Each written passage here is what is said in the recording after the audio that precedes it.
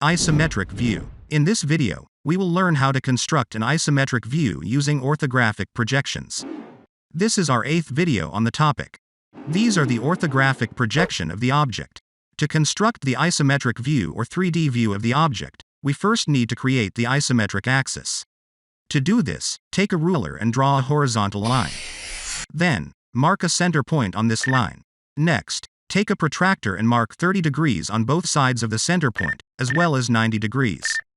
Draw lines passing through these points from the center point.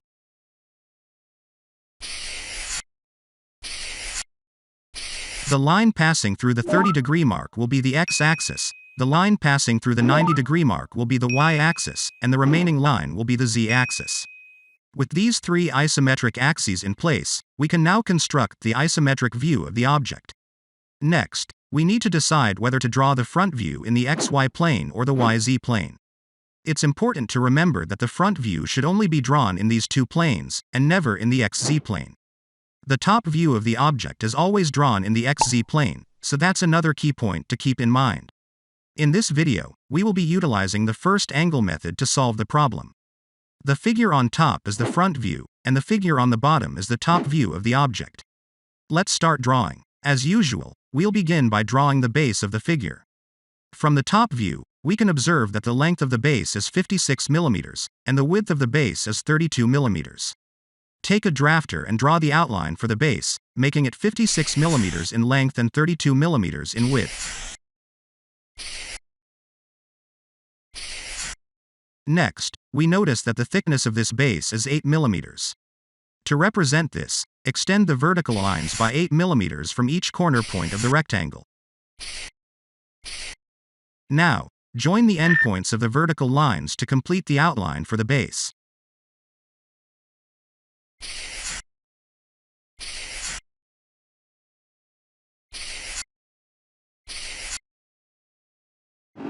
Moving on, there is a rectangular hole in the given object. As visible in the top view, the length of this hole is 16 mm, and the width is 12 mm. This hole is positioned precisely in the middle of the base. To locate the hole accurately, take a drafter and mark a point 20 mm away from this corner point. Draw a line parallel to the z-axis from this new point. Next, mark a point 10 mm away from the same corner point and draw a line parallel to the x-axis from this second point. These lines will serve as guides to help draw the rectangular hole at the exact center of the base. After completing the two vertical lines for the features, use them as references to draw a rectangle with a length of 16 mm and a width of 12 mm, representing the slot. Extend an 8 mm vertical line from one corner of the rectangle to indicate the depth of the slot. Add the required detailing to the slot as per the design.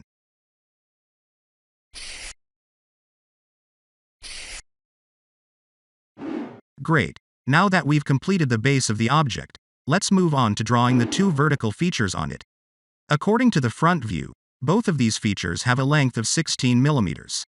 So, take a drafter and mark points 16 mm away from the top corners of the base.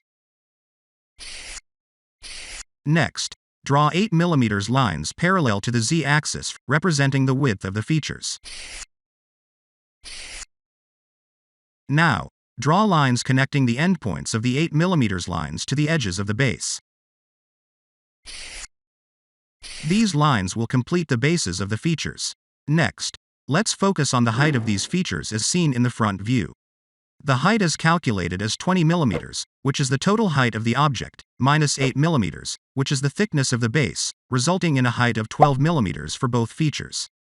To represent this height, take the drafter and draw vertical lines measuring 12 mm from each corner point of these two rectangles, extending upwards.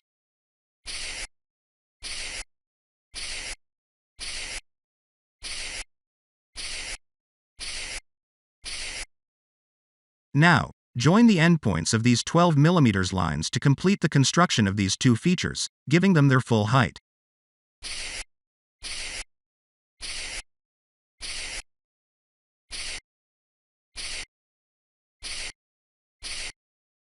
With this step, We have successfully created the isometric view based on the given orthographic projections. Now, let's proceed with dimensioning for the isometric view. Add appropriate dimensions to indicate the measurements of various features, such as length, width, and height, on the isometric view. This is the final required isometric view. I hope this tutorial helped to understand how to construct the isometric view of an object from its orthographic projections. If you found this video useful, please give it a thumbs up by clicking on the like button. And if you're new to my channel ADTW Study, make sure to hit the subscribe button to stay updated with all my latest videos.